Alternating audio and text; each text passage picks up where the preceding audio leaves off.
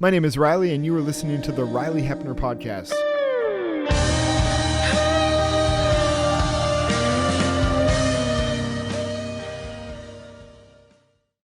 Well, first, I was just curious as to I don't know how you ended up being a professor of missions and intercultural studies. I mean, were there decisive moments that led not just to academia but to that arena? Right. It's not it wasn't an anticipated move at all, Okay. actually. Most of my years I was doing church planting, on the ground, frontline sort of ministry in that sense. And only little by little, even getting a doctorate was really grew out of the challenge of developing leaders at the local church level. Okay. So my doctoral work was more on, how do we develop leaders without sending them to a seminary or Okay. a Bible college or something like that. And so it was only little by little I sort of eased into academia.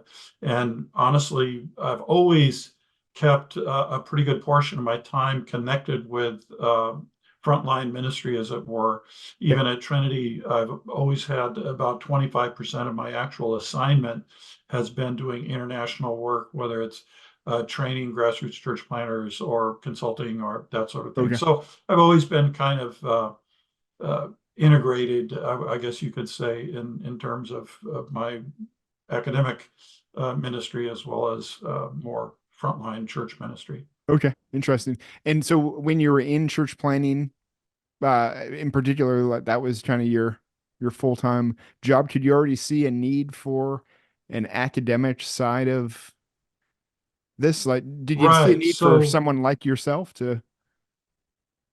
yeah, well, of course, when we started out, my first church plant that I was actually like the lead church planter was in the Chicago area, and that was in the late 1970s. Okay. There was very little material written or coaching or anything. I mean, all these church planting networks that exist now didn't exist. Okay. And it really was you alone against the world. When we went to Germany, it was a little bit better situation because I was Okay. integrated in a sort of a cohort with other church planters, German Okay. church planters. Um, but then the question really came. We had planted several churches in Germany, and it kind of came to a decision. The Iron Curtain had come down. Do we go to Berlin? The denomination we were working with there wanted us to go and start a new work in Berlin. There were some other churches there, but they wanted to see something new. Or then we had a call to go to what was called the Academy of World Mission, which was training German speaking missionaries. Okay.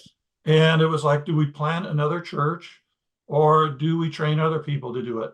Okay. And that kind of tipped us in that direction to say, well, let's train others. And so I continued doing a lot of coaching of church planters in Eastern Europe as that whole frontier was sort of opening up. Um, but that was kind of the decision. Yeah, I think that there's a place for people who've had significant experience to really be training others at both the academic and at the practical level. Okay. Have you seen that increase now, or would you see the relationship increasingly healthy between church planting and missions training and academia? Are there more of you than there was Well, a there's while ago? actually a couple other people. So my position actually at Trinity was defined. 75% of your time you're going to be doing international work. Okay. You're not just going to be hanging out in the ivory tower. And the whole idea was to integrate. Okay. So what's happening really now, today, not Okay. 10, 20 years ago, but what's happening now, let's get that into the classroom, Okay. as well as saying the research that we're doing, let's get that out to the front line and Okay. make sure they're informed on what's happening. So, and I've actually had a few other students or colleagues I know of who have had similar arrangements with their seminaries or denominations. So I see that as a really fruitful sort of way to do it. Okay. And in pastoral theology and practical theology, that's not unusual for a Sure. pastor, a prominent pastor, for example, to teach homiletics or something. But Yeah. to see that more integrated in missiology Yeah. and church planting and so on, that's probably been less common just because of the nature of it. Do you feel like the church is listening as you're doing this, though? Good reception? Like, do you think that relationship is good or needs to improve? Absolutely. Okay.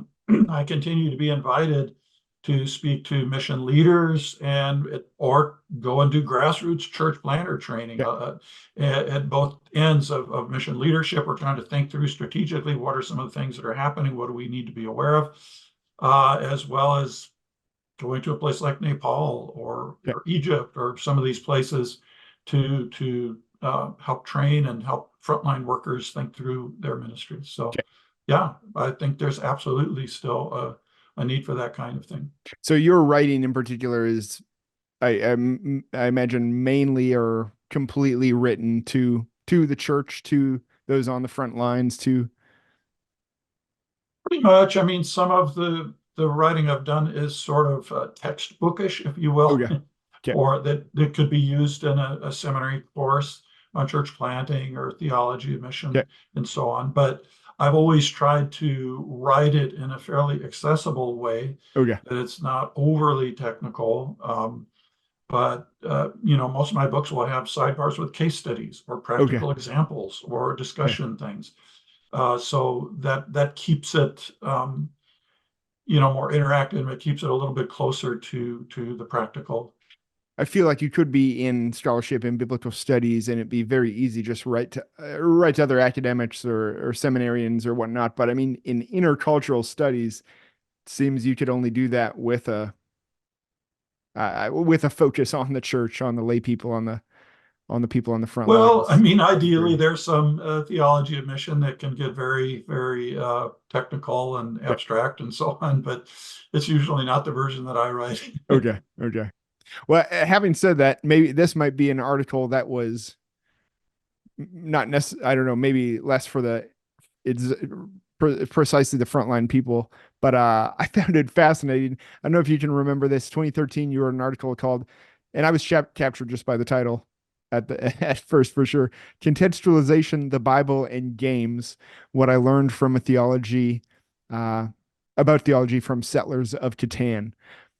I was wondering if, as a starting point there, if you could define contextualization briefly, and maybe explain some of the, I know it's a big article, but some of the parallels maybe that you learned that you saw between Christian missions, contextualization, and game theory, Settlers of Catan. It was just such a fascinating analogy. Uh, Right. Well, you're obviously a Settlers fan. yeah, I There's absolutely. I've found out after writing that there's these almost cult-like groups out there that Yeah, are really sure. into it. But and so to connect that with theology was like a really special thing. But well, the simple answer to it is contextualization is all about understanding the context of your ministry, the social context, the cultural context, and so on and so forth. And so you really have to study the people you're attempting to minister to, whether it's in evangelism or discipleship or church ministry. So, what kind of struck me about the game Settlers of Catan, anybody who knows that there's a unique feature, and that is that the playing board changes every time you play. So it's not like a chessboard that's fixed. But chessboard, you know what you got every time you're Sure. going to play. Whereas with Catan, you've got these hexagonal shaped pieces that will be configured differently every time you play, and then there's little numbers, and they get put out differently every time you play. So what it means is the goal of the game stays the same. You get points and you win. The strategies are pretty similar, but you always have to study the game board to know what the winning strategy is going to be. Yeah. And this is the way I look at mission and contextualization. The goal, kingdom of God, the goal is preaching the gospel. The goal is making disciples. That doesn't change. Your basic rules, as it were, they don't really change. We work in an ethical way. We work in a way that honors God and so on. But the context changes. The playing board, as it were, of our ministry changes. Sure. So I've got to study the context to know the best mission strategy. That changes. So Paul's going to preach differently in Athens than he does in a synagogue in Pisidian Antioch, just as a simple example. He knows his audience. He knows what they have his pre-understandings. He knows how he needs to kind of make his message plausible to them and so on, just as a simple sort of Sure. example. So that's how the idea of games and playing strategies and so on sort of fits in with the way I look at contextualization. Yeah. That's awesome. I'm sure you spoke there to, I mean, captured the attention of some people that were just Settlers of Catan fans and weren't thinking about contextualization. Kind of bring those worlds together when you use a title like that. Well, that kind of answers this question. I was going to ask, do you think contextualization is something that's static or dynamic? Is it always changing? So maybe then I asked more of this. Do you think the task of contextualization ever changes? Or is that a static thing as well? Well, the ultimate task is always going to be our biblical mission Okay. and the mission of the church. So that's not going to change. That's I feel fairly well defined for us in Scripture. But again, the context in which we minister is constantly changing. And even if I never change cities or Yeah. my geographic location, culture changes. There's globalization. There's new technologies. There's new ways that people are socially interacting. There's new cultural challenges, whether they're ethical challenges or whether they're generational challenges, or right now in the U.S. political tensions and so on. So the culture is constantly evolving, constantly changing. So there's new challenges to what it means to follow Jesus. So the way I typically will define contextualization is helping people be faithful disciples of Jesus in that place where God has set them. Yeah. Oh, that's excellent. And so what does it mean to be a faithful disciple? Well, obviously we live in ways that honor God, and you know, Hmm. we live in ways that honor the ethical guidelines that Scripture gives us, and so on and so forth. But there's going to be those different challenges in the different places that we live, Yeah. and just like different geographical regions will have different health hazards. I don't Yeah. worry about frostbite, in the desert. But down there, might worry about getting stung by a scorpion or Sure. something. So there are different challenges in different contexts, different social challenges, ethical challenges to being a faithful disciple, and understanding those, responding to those biblically. This is a lot of what contextualization is about. I suppose the pushback on contextualization when it happens, at least in the church, seems to be that well, that's assimilation or that's adaptation to a culture or whatnot. Have you? I don't know. Would you identify any? Are there any black and white lines? Are there any questions that need to be asked that can help someone navigate where contextualization ends and where assimilation begins? Or uh, is that a line you don't want to get too close to, or let's go over it, and then when we Well, realize we're over it, that's we a can little back up a like little? trying to define, you know, I like to define it by the center more than by the boundary. Sure. And the center is faithfulness to Jesus. Okay. And that's going to show itself in a lot of different ways, depending, again, on where I live, what language I speak. Sure. But I think part of the problem is some people, like you're kind of saying, they feel that contextualization is sort of code word for compromise, Yeah. or Yeah. Yeah. or just assimilating to the culture and becoming like the world or something like that, or Hmm. making it watering down the gospel so it's more acceptable. Yeah. Um, Listen, the gospel is always going to have a stumbling block of some kind. Yeah. It's always going to challenge the culture, and faithful followers of Jesus will always be countercultural in Hmm. certain ways. There's the offense of the gospel, but as Darrell Whiteman has put it, hopefully we're offending for the right reasons and not the wrong reasons. Sure. And when we fail to understand our context, we can end up offending people for all the wrong reasons, Yeah. because our lifestyle just looks odd, or because we've gotten ourselves associated with maybe some kind of political movement or something, or we're coming off in a way that is just that people just don't understand. And so, uh, contextualization is about making the gospel clear. Yeah. Contextualization is not about watering down the gospel. It's about making it clear whether people want to accept it or not, Yeah. and for making it plausible. And again, if we just even look at the messages that Paul had in the book of Acts, we see that there are just very different ways of getting to the same message of the gospel, Sure. but reaching people, meeting them where they are, and then leading them to the next steps of understanding the gospel. Um, I want to keep Christ as the center. So if we Okay. talk about syncretism, Hmm. book of Colossians is probably the clearest case in the New Testament of a church that's gotten involved in syncretistic sort of confusion. We don't know all the exact nature of their syncretism, but there's some Jewish elements there with certain holy days and diet and so on. And then there's these sort of pagan religious elements that are getting in there with fear about spirit forces and powers and so on. And they're clearly confused about the adequacy of Christ.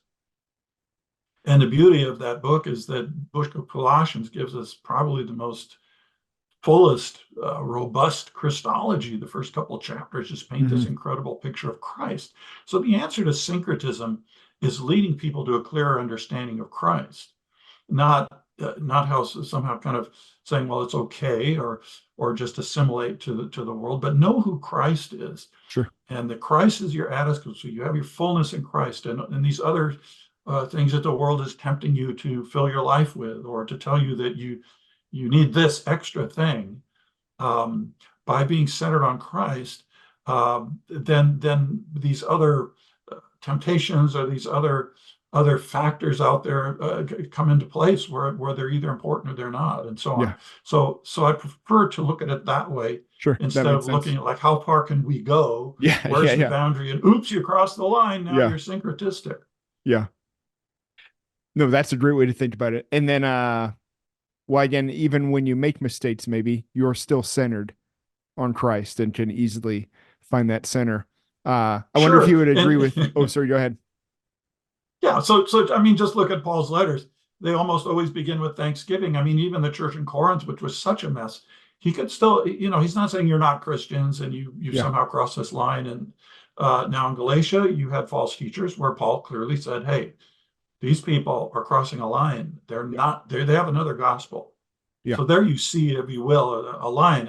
But even these churches that are very mixed up, like in Colossae or Yeah. Corinth, Paul's thankful God is at work there, Yeah. and his letters are very contextual, if you will, Yep. because they're speaking into real situations with real churches, pagan Christians that don't know what it means to follow Jesus. Yeah.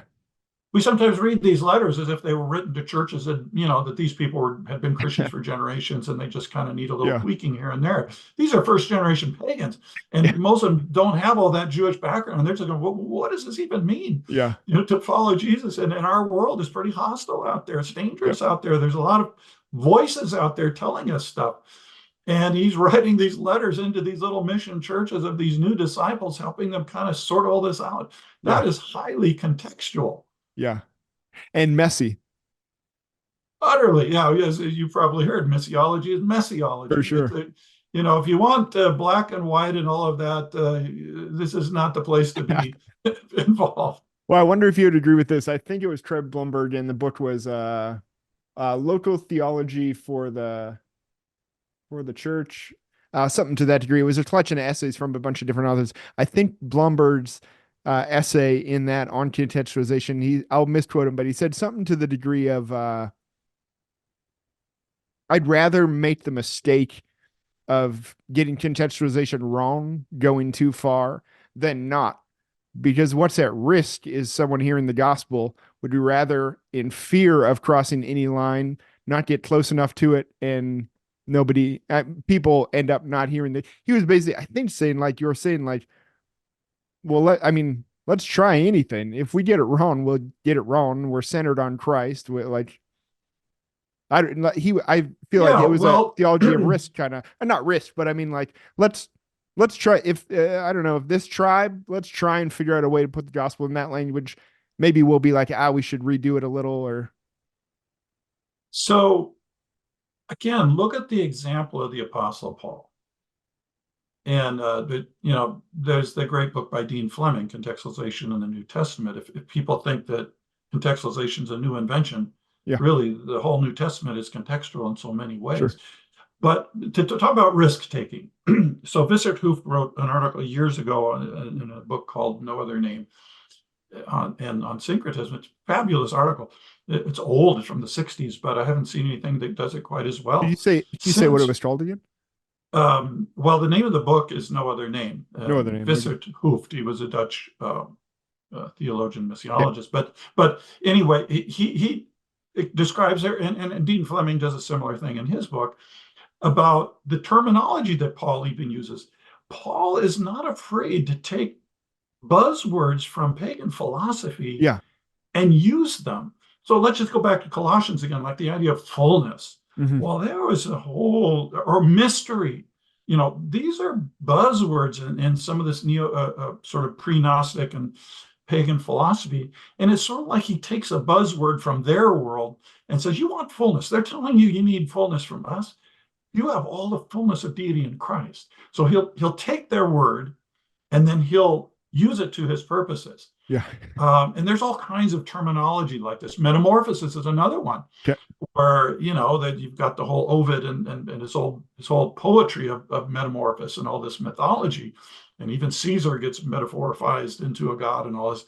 And so Paul will talk about us being transformed. It's the word for transformation. Us being transformed in the likeness of Christ.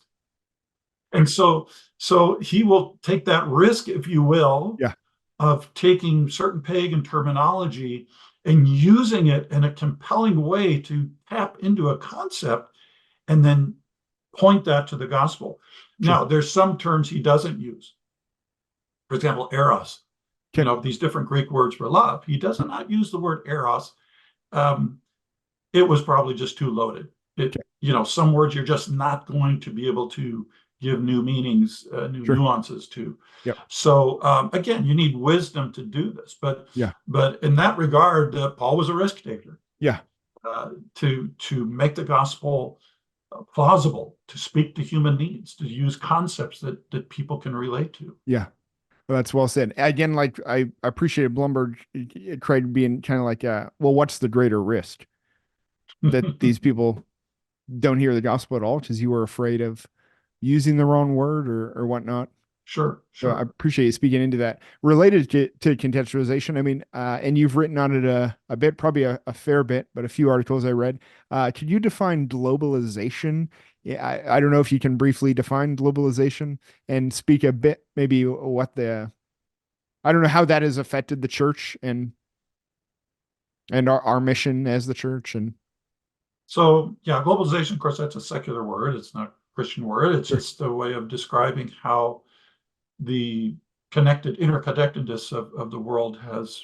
I mean, there's always been interconnectedness. I mean, some people say, well, there's always been globalization, but okay, through modern technologies, transportation, communication technologies, human migration, et cetera, it's just accelerated, and it keeps accelerating through technologies and global economic interconnectedness and educational exchange and so on and so forth. So we're talking about this increased velocity okay, and interdependence that happens through international connections.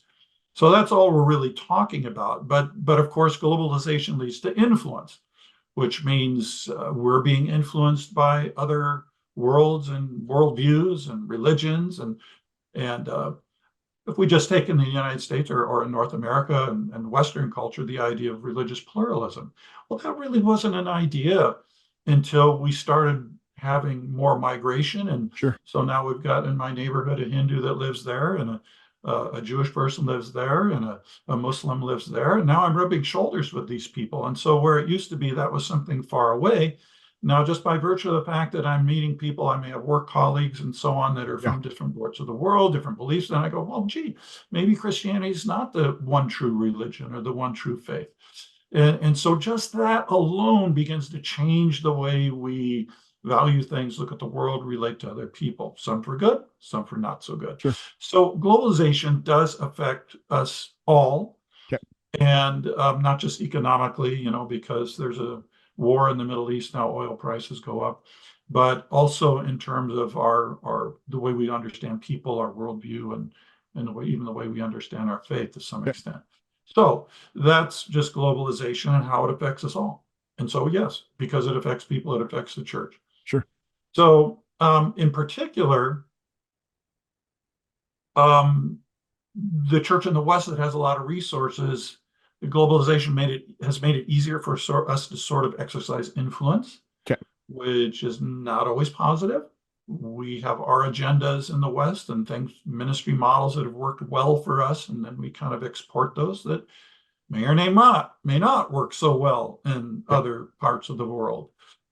Um, and so what is happening now when we talk about, I have an article on this globalization and contextualization that where if you go back even 50 years or 100 years to the earlier part of the missionary movement, it was like, well, we don't want to destroy traditional cultures. That had kind Yeah. of happened. A lot of mission Hmm. work had just kind of replaced traditional cultures. Well, we didn't want to do that, so we were trying to actually preserve traditional cultures. And in the post-colonial era, where nations were breaking loose from sort of the Western colonial influence, then it was like, well, we want to rediscover our traditional culture.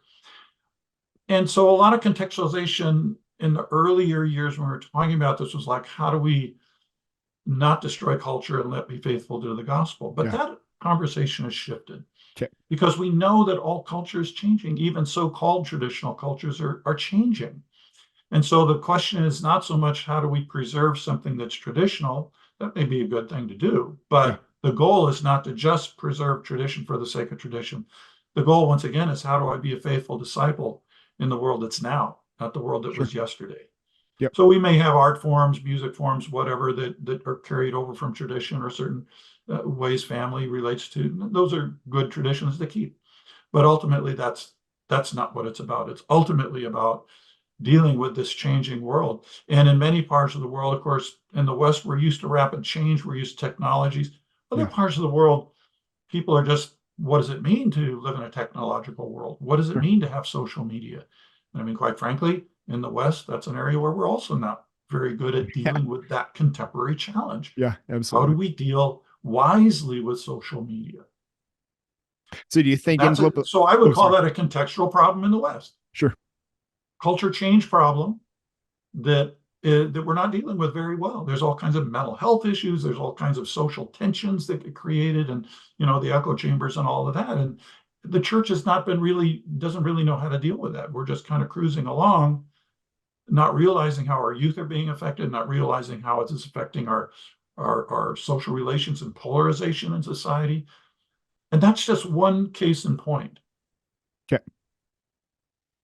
Would you do you think globalization as a whole is leading in the church is leading to greater assimilation or a blending, maybe a blending with people, uh, blending of nations with those influential nations? Is that a Yeah, negative to some thing or? extent, yes, and some of it's positive. Okay. I think it's if we look at, and I'll just take the United States, um, the the white, what has been the white majority population, the number of evangelicals among whites is plateaued and going down. Okay. The growth of the evangelical church in the United States, and I'm going to guess it may well be also in Canada, Yeah. has been through immigrant groups. And sometimes they're coming, say, from traditional Catholic countries like Latin America. The odds of a Latin American, particularly a Mexican, becoming a Christian in America is higher than if he's in Mexico. Okay. And so, I mean, there's studies on this. Okay. And if you take a strongly growing denomination like the Assemblies of God, their majority of their growth is coming through Latin Americans. Okay. And we could have other examples, Sure. but so in that regard, there could be a enlivening of the church through immigration, as people who are Christians already coming from other countries. There are missionaries from Africa coming and starting churches in North America, attempting to sort of re-evangelize North America. Now, how successful they're at that is maybe another question. But that's a dynamic which is a positive one that's happening through Okay. globalization. Of course, there's going to be other negative influences. As I said, as other religious influences enter in, and Yeah. other ethical influences where there are pressures and so on. And yeah, Do you think we, as the church right now need to be intentional in this globalization world, intentional about trying to preserve cultures, preserve certain cultural, rather than just rolling over them and assimilating them with us? Is there a degree that that needs to be thought out? Yeah, I'm trying to think concretely here Okay. of examples. Fair enough. Don't worry if that's too abstract of a question. Yeah. Um, you know, again, what do we mean by tradition? I mean, Sure. there are Yeah. certain biblical values, whether you want to call them tradition or what, that we do want to preserve because that's being faithful to the way God created us, for example, Yeah. and the way He wants us to relate to one another as people of integrity, of honesty, and so on and so forth. So, whether you want to call that tradition or not, but that can look different in different cultures, just Yeah. in the way that we express ourselves and different social ways of relating to one another. Um, so, so I think the intentionality comes in being alert Okay. to social change around us. Okay. Yeah. So, That's a good. every now and then there's some kind of a social revolution that happens out there, and is the church alert to it? Yeah. And, unfortunately, depending on what my particular affinity group is, I will respond to different developments in the general culture. Sure. And to put that in very practical terms, Yep. if you're from an affluent part of the country, even in the US, evangelicals tend to be more concerned about things like gay marriage or, um, abortion and some of these Hmm. things. Now, if you're an evangelical from a poor part of the same city, you're probably more concerned about issues of poverty Sure. and economic opportunity. I think both are biblical concerns, legitimate concerns, but sometimes we don't listen to each other very well. Yeah. And we have these sort of sub narratives that are going in the back of our minds about what's really important and why people are not poor and so on and so forth. And we're not as aware of those narratives that we've been brought up in, our Yep. subcultures, our affinity groups. And there's been studies of Bible believing Christians who, would tick all the right boxes about what they believe and the authority of the Bible and so on and so forth. But then you ask them another question about a particular social issue, and then it separates out. Okay. That if you're from a certain ethnic or economic or educational background, you're going to answer questions this way. And if not, you answer them a different Yeah. way. And to me, these are warning signs Okay. because we claim to be people who aspire to submit to the authority of Scripture. And we want to truly have a biblical way of looking at life and what's important and so on.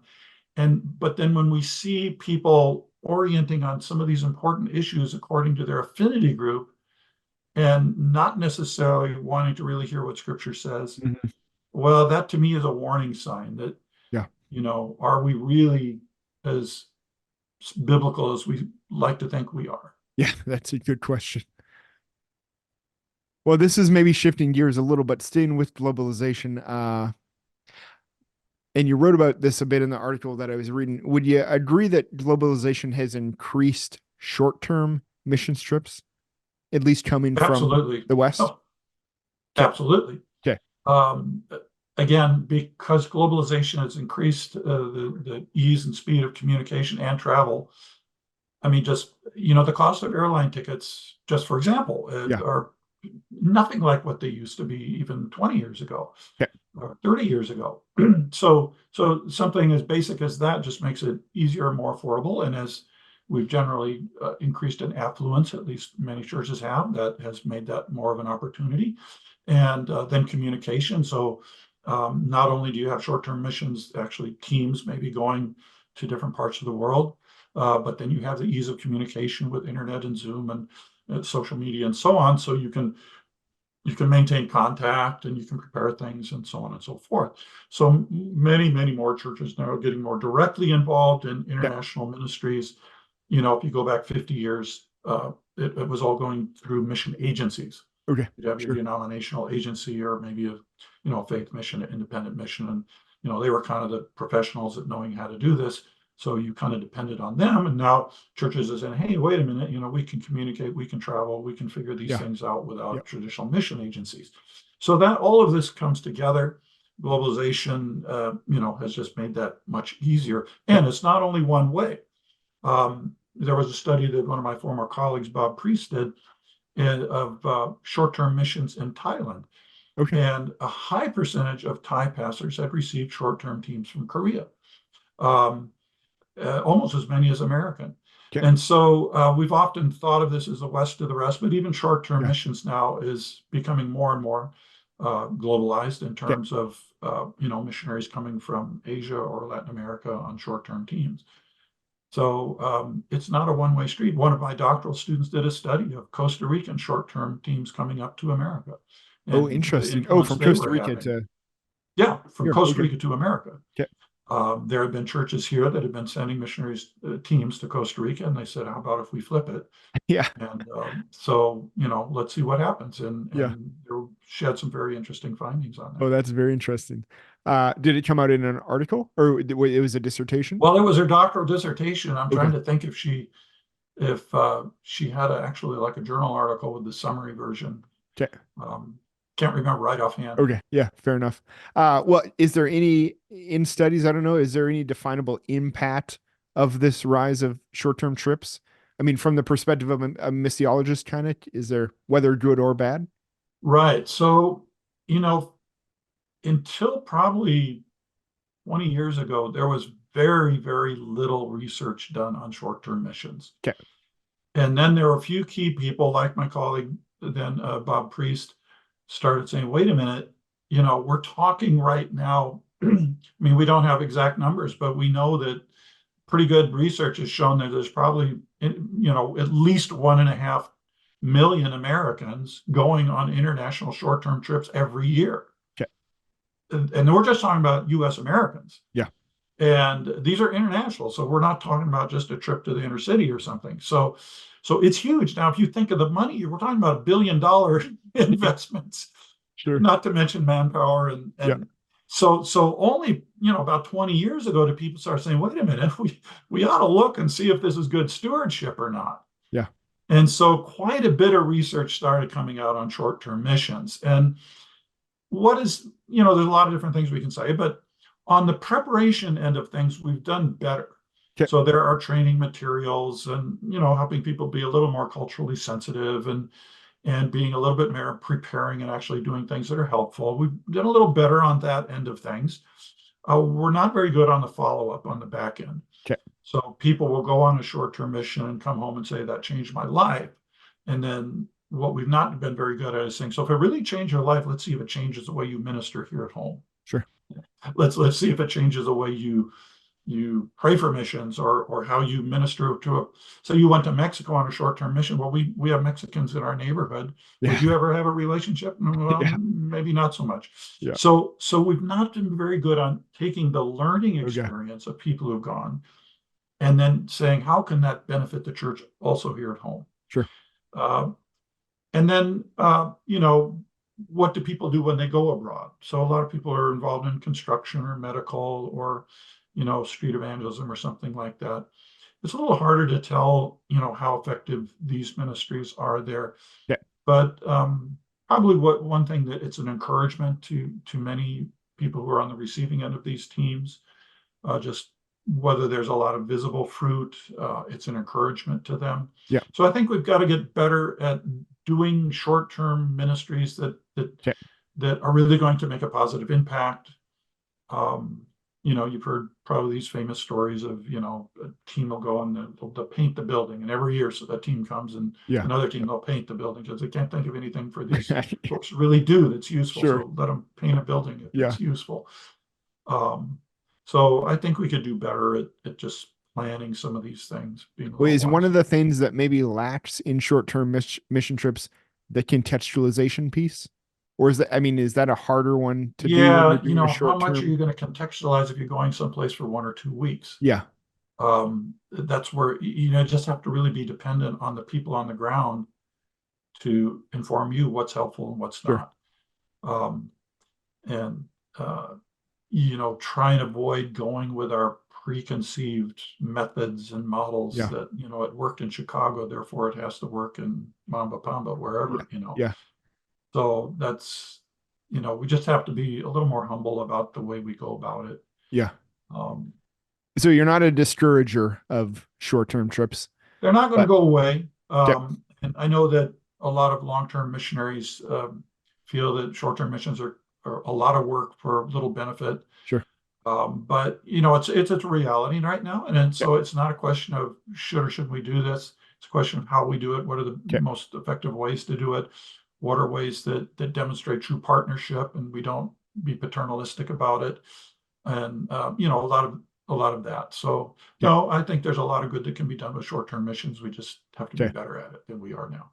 It seems I'm probably haven't lived enough life to or looked at it to really see if this has happened, but it looks like there's less missions I don't know, yeah, the missions organizations and more well, they would still be missions or I don't know, less long-term mission organizations and more like YWAM type, Cape and Ray type, like short-term excursion experience type things. I don't know if there actually has been a shift there, but I mean, as a church, I mean, we definitely interact more with those groups.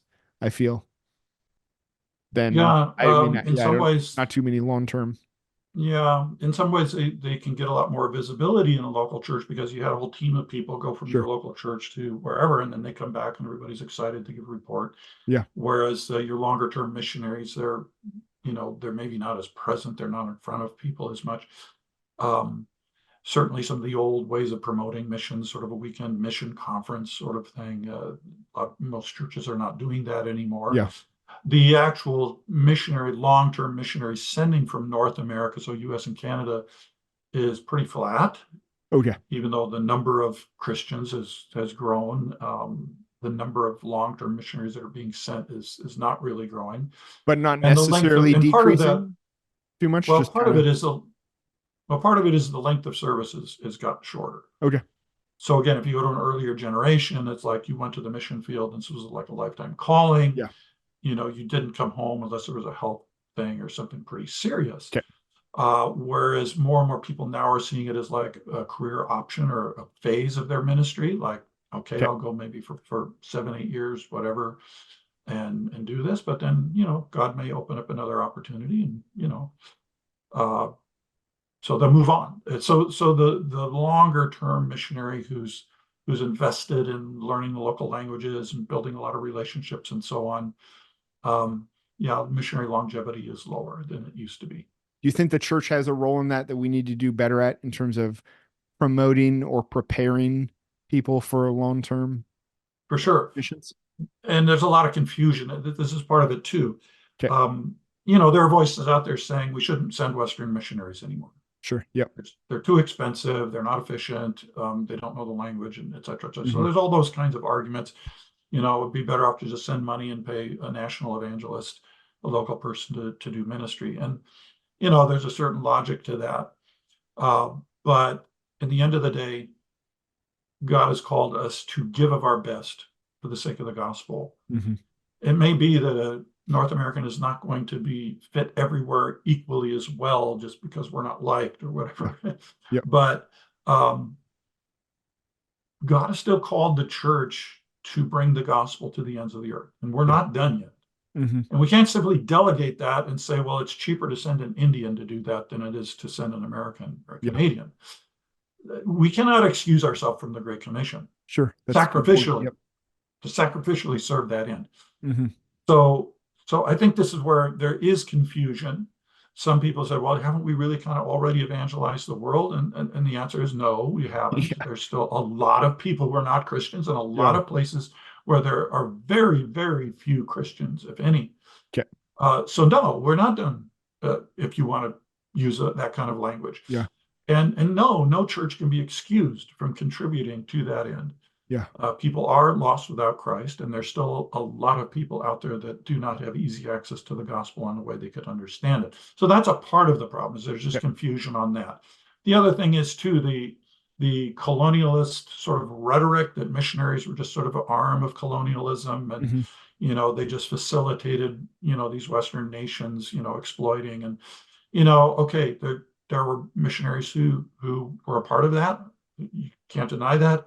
But I think it's a great disservice to give the impression that somehow that was the majority of the mission movement. There were Sure. missionaries who went to jail for resisting the abuses of colonial governments. There's a much more nuanced story to tell, but Yeah. but Yeah. that argument that missions is something sort of a legacy of the past, and Yep. it's all about Western colonialism and stuff. This has damaged the cause of world mission seriously, and even Okay. Christians who they've heard these stories and narratives, and so all these things kind of come together. And then of course there's mission at home. We Yep. say, well, wait a minute, we've got to reach people that don't know Christ, in our own backyard. Well, of course we should, Yeah. but one doesn't exclude the other. So there's some of the confusion that's out there right now Yeah. about the global world Christian movement. I think it was John Patton in his autobiography who when he was going to the New Hebrides or getting ready to go and talking about people from his home church being like, aren't there's pagans here, John, you should do your work here. And he said something to the degree of, I discounted everything they said because they weren't trying to reach the people at home. Which I feel like is I mean, I don't know, common language still today. Be like, yeah, well, we have Mhm. work here to do, but you're not doing that work. I don't know. Uh, I appreciate you sharing about that. Yeah, I'm just always wondering. I mean, the short term is easy in terms of what we do, but wondering how the church plays a role in the long term missionary uh, preparation, or hopefully uh, helping them discern that calling. Uh, Yeah, and I do think it's important to differentiate. There are many different roles that missionaries play, sure. whether they're coming from America or Africa or whichever direction they're going. There are many different roles. There's those pioneers that are truly going to the hardest, most least reached places where there are very few or no Christians. That's still a need, and Okay. that's a certain type of missionary. Then there's those that are helping develop movements where as people are coming to Christ, then they need more trainers. They don't maybe need frontline evangelists. They just need people to come alongside to train leaders and help strengthen a movement. There's other people that are helping mobilize majority world mission movements.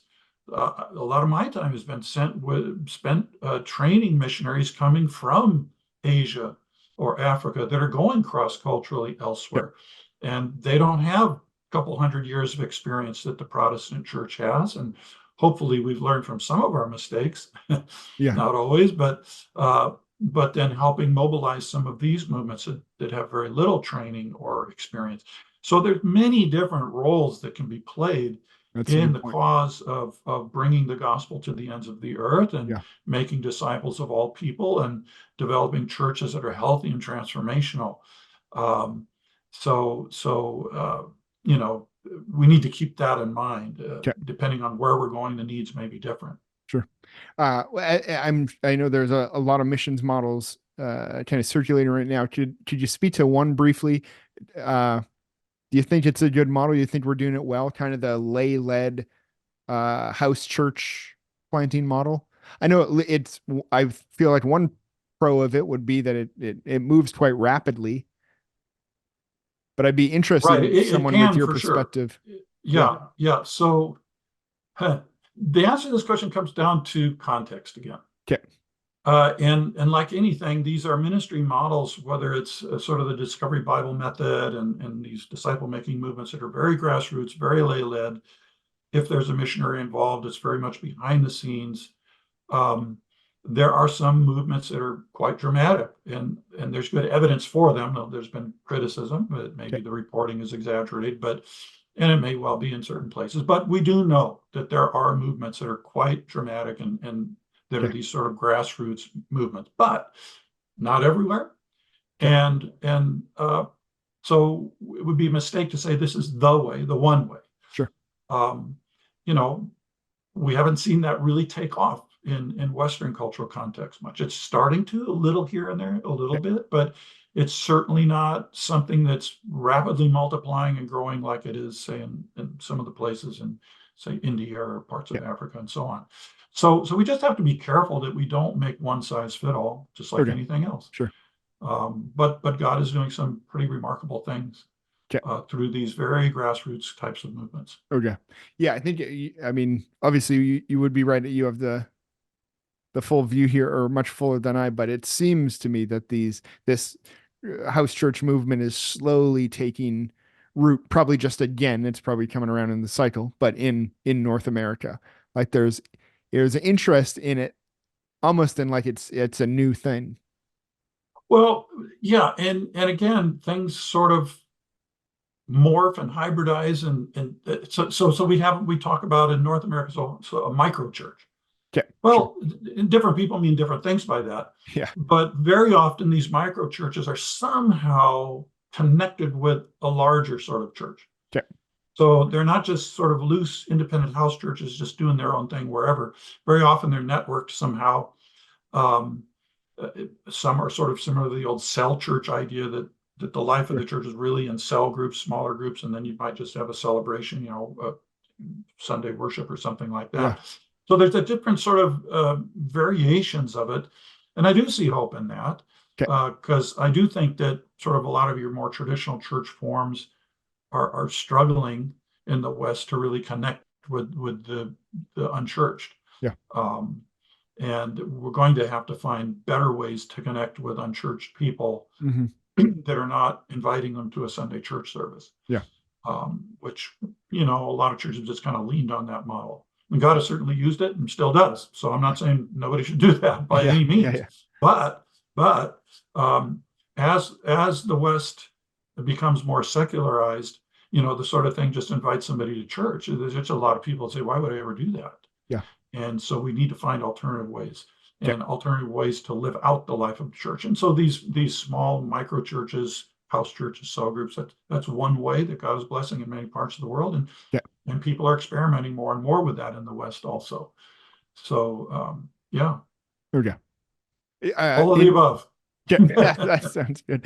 And kind of wrapping up here because I don't want to keep you uh, too long. Can I read a quote to you that you wrote and just get you to unpack it a little, or identify like Okay, that sounds dangerous, but yes, I'll let you go did you, ahead. if you even remember writing this? I'd be curious. Like, did you write this because probably because you see this happening? So in your review of Matt Rhodes' book, "No Shortcut to Success: A Manifesto for Modern Missions," which is a phenomenal book, I thought you write. Missionaries should not look to miracles, extraordinary guidance, prayer and fasting, or the like as the keys to fruitfulness or a substitute for hard work. I was just curious in you writing that, if you can remember writing that, was that a problem that you're seeing in modern missions? That No, those are that being was that replaced, was maybe that hard was work Matt for. Rhodes' opinion. That was Oh, that was Matt specifically Rhodes' his opinion. opinion. That Okay. was not my opinion Okay. Fair at enough. all. Okay. Well, I didn't No. separate those well then. So yeah, no, that was not my opinion. That Okay. that was his opinion. Okay. Well, I mean, there's a kernel of truth for sure. I mean, Okay. if we're just thinking that we can just pray our way into world evangelization, or just, God's always going to do some kind of big miracle that's Yep. going to be the breakthrough. I think that's a mistake. Okay. God does work through normal means and through diligence and through wisdom. There's just enough in Scripture about being wise and Yep. being good stewards of what we have. So I would agree to the extent that we shouldn't make that sort of the key, but at the same time, let's not minimize the importance of prayer. Let's not Sure. minimize the possibility that God could do a miracle here that could be a breakthrough. Yeah. And I have seen that often enough in very difficult places. I've been in Varanasi, the holy city of India, and I was talking to some Indian church planners there about, what are you guys doing? And they call it prayer evangelism, where they will just pray for people, and God Yeah. answers prayer sometimes in quite remarkable ways. And that becomes sort of the breakthrough moment. Now, Yeah. is that the gospel? Well, it's not the total gospel, but it certainly is an opening to Yeah. share the gospel. So yeah, we don't want to, just depend on supernatural breakthroughs of Sure. some unusual kind all the time, but let's not rule out the importance of prayer Okay. and Okay. and I trusting appreciate it. God to do great works. Okay. Thank you for your answer to that. I apologize for as I was reading it, I truly was trying to decipher it was, and I thought a few times I'm like, oh, is this Dr. Ott saying, or is he rehearsing or kind of replying to what Matt said. I was like, oh, I think this is him saying this, but obviously got it wrong. But I appreciate your answer No, anyway. Dr. Rod, just thank you for your time. Thanks for being willing to chat with me. sure. It's been a pleasure.